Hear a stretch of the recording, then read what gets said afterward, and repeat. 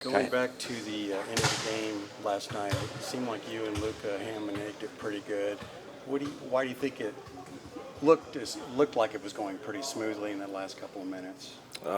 We've had some reps in practice, and we've been working on end-of-game stuff. We heard all the noise last year when we did our kind of hot potato back and forth on one of our end-of-game situations, and we're just taking it a lot more serious and just trusting each other down the stretch and having that poise that's needed to come out with a win, which I feel like we showed last night. How gratifying was it to see that things that you have made a point of emphasis as a team in the preseason and in training camp came to fruition in the first game? Things like pace of play, getting lively involved, et cetera. Yeah. There were a lot of things that you guys have emphasized that materialized nicely last night. Yeah, it's rewarding. It's Yeah. rewarding. It means that we're having that carryover from practice into the games, and that's what you want to see out of a group that's kind of newly formed together, but also has a really old core here. We're all trying to flourish. We all want to see each other win, but the only time we get tested is in those pressure situations, and we want to come up successful, but we also got to learn from our mistakes, and I feel like we've been doing that since the end of last season and also carrying over into this season. You've played with other young bigs in your career. What stands out about Lively? Oh man, his activity and just his fearlessness, and to be that poised in certain situations, to be 19 years old, going against a pretty young Spurs team, and not having to be on him every single play.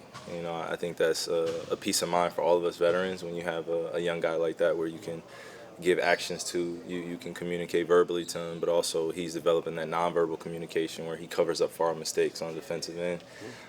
So when you have a lively big, not pun intended, but when you have a lively big like that, that's in the paint and covering up for a lot of your mistakes, it makes you look even greater than what you are. So we definitely can clean up some things on the perimeter, but interior-wise, he did a great job last night.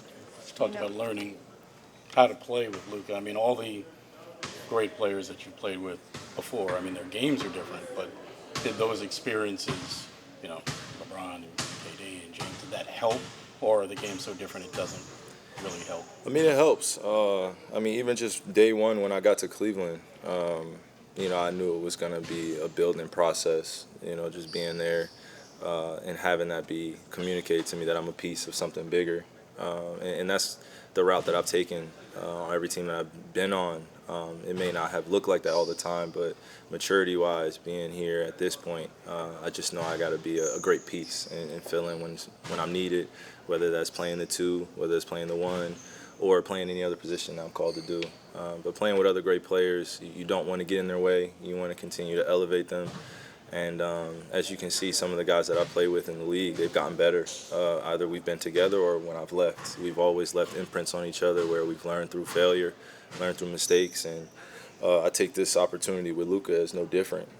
Just having that opportunity to really learn who he is as a player and where he's going to continue to grow to and just be a person that he can look to for trust and for chemistry down the stretch. That's what really matters.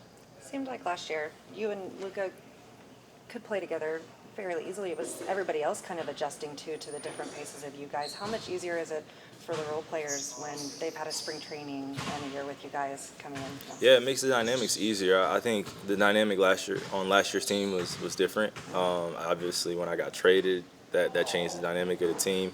But going to Abu Dhabi, going to Madrid, I'll just say you get opportunity to grow closer as a team, and we took full advantage of that.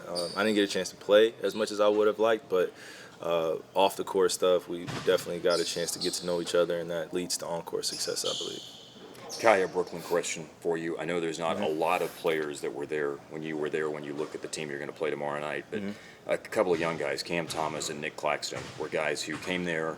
They began their career. They were soaking up knowledge from you, and when you look across the court and see kind of what the players that they're developing into, how much gratification is it cool to know that you were part of that mentoring process to help them develop into what they're developing into now? Yeah, absolutely. I'm nothing short of proud of them. They've grown tremendously. They put in the hard work on the off season, in season. They've been almost like rock steady for myself, even off the court. I was dealing with a lot of things, and for them to be so young and want to be there for me emotionally, meant a lot, and that's why we have such a great bond still to this day. You know, it doesn't matter what team we're on. We're always going to support each other. So, you know, them coming into town, hopefully I get a chance to take them out to dinner, spend some time with them, and if they stay over, then we get to spend some time as well. But those little moments of interaction mean a lot for me. There's going to be a time where I'm not going to be playing basketball. I'm going to be an audience member watching them. So I just want to continue to give them tools that they'll take on for the rest of their career so they can mentor the next generation as best they can. They're staying. They'll be here. They're staying over. Oh, okay. Yeah, that's even better then. Yeah. Kyrie, you had a pretty spectacular season last year shooting from behind the arc. That's not maybe the first part of your game that everybody notices. But in terms of mentality, coming in this season, some nights you defend it differently. How do you stay confident throughout all of that? Man, it's just trusting the work that you put in when no one's watching, and also just using that experience to the best of my ability. I've missed a lot of shots. I've made a lot of shots. The past few seasons for me, I've been hovering around 50, 40, 90. Hasn't been an easy feat just with all the defenses, but it's given me a large palette to work from and also learn from different guys, different defenders being on me. Different schemes, and also, again, getting close to the mountaintop and then falling short. I've been able to learn from that. And that's what I'm looking forward to doing here. It's just not so much or less looking to compare the past or compare situations, but just look forward and enjoy the situation I'm in now. As you told us last year, you had never been traded in the middle of a year. Yeah. Do you feel like you have closure with Brooklyn? What do you mean closure? Well, just like how everything's You said it like I was in a full-blown... Well, you leave in the middle of a season. Yeah. So do you feel like you're on good terms with the organization and just... I mean, I was never on bad terms with the organization. I just think there was a lot of chaos and noise as usual from the media. I'm not going to blame you guys or anything, but again, nobody really knew what was going on behind the scenes, and I'm sure that people have their sources they go to and what was going on and what really happened. But for me, it was the best decision of my career, just to be able to ask for a trade. I knew I needed peace of mind. It was rough all the way around, after COVID and after the situations that took place there, circumstances that were either in my control or out of my control. And I didn't want to play the blame game. Like I said, I had a media interview and I said there were some disrespectful things going on behind the scenes. And that happens in every organization as an employee. So it's not out of the ordinary to come out and communicate that. But again, when it's me, it's a fire starter. Everyone loves to use my name to build up whatever credibility they need. And at the end of the day, I don't have a problem with that. I think my criticism is fair as long as you keep it on the court and judge me off the success of our team.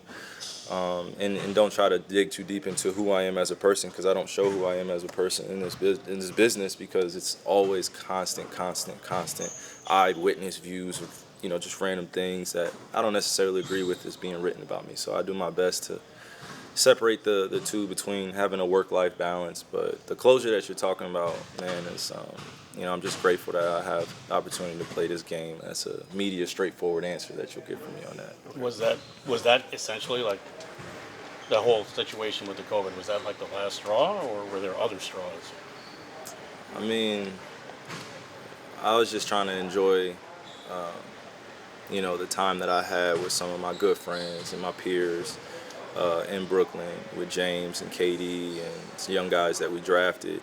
Well, we had a plan in place, and when plans change for individuals, and that happens again in any business, you got to make the best decision for you and your family. So again, when you have that eye-to-eye communication with your teammates and people on staff, and you're able to articulate how you feel, it shouldn't matter what's being said about you on the outside.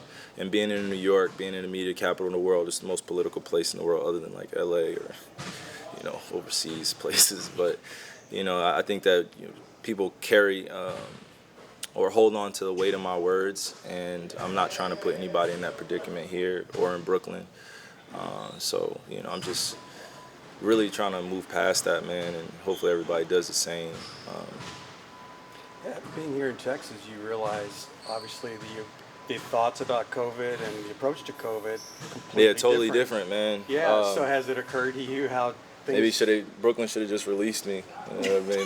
Made things a lot easier on everybody. you know. But 2020 hindsight, yeah. Okay. Yeah. Appreciate it. Okay. Thanks a lot. Did everybody come out healthy Yeah, last night? yeah, everybody was great health-wise. Good day of practice. Get ready for the Nets tomorrow. When you obviously look back at the film, what jumped out at you, especially like the last 2 minutes of the game, the execution? Yeah, I think execution late in the game, both offense and defensively, being able to execute, get the stops, and then capitalize on the turnovers and, get easy baskets in that last, 3 minutes or, last 2 minutes. But again, with the atmosphere the way it was last night, I thought the guys did a great job of handling that. After the first quarter, we kind of settled in defensively and offensively, and I thought we did, a really good job. For lack of a better term, I was asking Kyrie. I said, seemed like you and Luca ham and egged it pretty good. Kyrie had a couple of possessions, and Luca. What did you notice about that? I mean, it's not like they just took turns, but I mean, it looked pretty. It looked natural, I guess, the way it played out. Yeah, I think it was natural. There wasn't anything forced. There wasn't anyone looking for just, someone. When we talk about Kai looking for Luca or Luca looking for Kai, they just played last night, and that, I think I've said that it does work. I think last night was an example of that. They're always going to be judged if it works, because of who they are.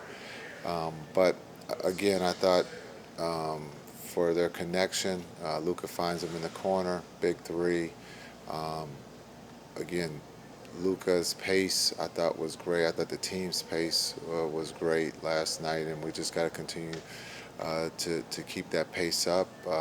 And then making shots, I thought we did a great job there late. But also, I thought Timmy did a great job of keeping us in that first quarter with San Antonio scoring 40 and us being able to score in the 30s. Well, that was my next question. The 43 points allowed in the first. Do you chalk that up to rustiness? No, it's just it's the first game. The atmosphere was big. They made everything. You tip your hat. I thought the group stayed together. No one panicked. We kept playing. It's a 4-point, lead at halftime. And then we found a way to win, late. And so, again, the trust, the chemistry is something that will be tested all year. And that was the first quarter, but also the first game, and we'll continue to get better at it. A lot of people in Dallas today, at least the ones who aren't focused on the World Series, a lot of people talking about Lively's performance. Yeah, he was great. Yeah. Going back on the film, what was the most impressive part about what he did last night? I thought he just played. He didn't get caught up in trying to do something outside of his realm. I think he just, did what he was asked to do, and that was to defend, rebound, change shots, block shots, run the floor, put pressure on the rim. Understanding I was still trying to figure out when he missed that one shot. He was 7 for 8. We wanted him to be perfect. Joking. But I think just looking at 16 and 10, while everybody's talking about Victor, I thought he did a great job of just playing the game. Asked him to come off the bench, and he accepted that role and did a great job with that. His maturity as a 19-year-old is well, beyond his years of not starting but finishing the game and helping his team win. Building off of that pretty big matchup, I know you as a rookie in Dallas, different era, but know that that's a big matchup. So those moments, that being his big first game, what do you have to say just about his mentality? Yeah, I think his maturity, he's had an incredible preseason, and it started in Summer League, and he has just gotten better. And he understands what we're asking him to do. He understands we, as coaches and as teammates, know he's not going to be perfect, but his intent is to be helpful and to be good, and on both ends. And again, his voice is something that, as a 19-year-old, to be able to command respect and trust from his teammates while he's on the floor is big. Derek played about 30 minutes last night. Was that something that just happened within the flow of the game, or would that be something, closer to his minutes figure going forward? Yeah, I think looking at coming off the bench and playing 30. I'm not saying if he's going to start, is he going to play 30. I think when you look at the matchups, uh, you know, Victor got in foul trouble last night, so that changed kind of the rotation. Also, Luka's minutes with his rotation of coming out early and not playing the whole first. So we're going to figure that out. I know everybody would like him to play 30 minutes, but as a rookie, we're going to try to protect him so we can keep him out of foul trouble. But also, we want him to go through that too. So at some point, he'll start. He'll be a consistent starter for us, but we'll see if that's tomorrow or not. I think you indicated before the game that the Luka not playing the whole first quarter, maybe was that just a one-time thing, or until he maybe kind of builds up his stamina? Yeah, we'll see Okay. how that goes. Coming off an injury and really having a couple practices and doing what he did last night is pretty cool. To have a triple-double and do it in 34 minutes. We would all, as coaches, would love to have him play 34 minutes and average a triple-double and put us in the victory column. But I think as he gets stronger here, we'll start to figure out what those minutes are. But right now, we'll probably hover where we are right now. Okay. Appreciate it. All right. Thanks Coach. guys. Thanks, Thank guys. you.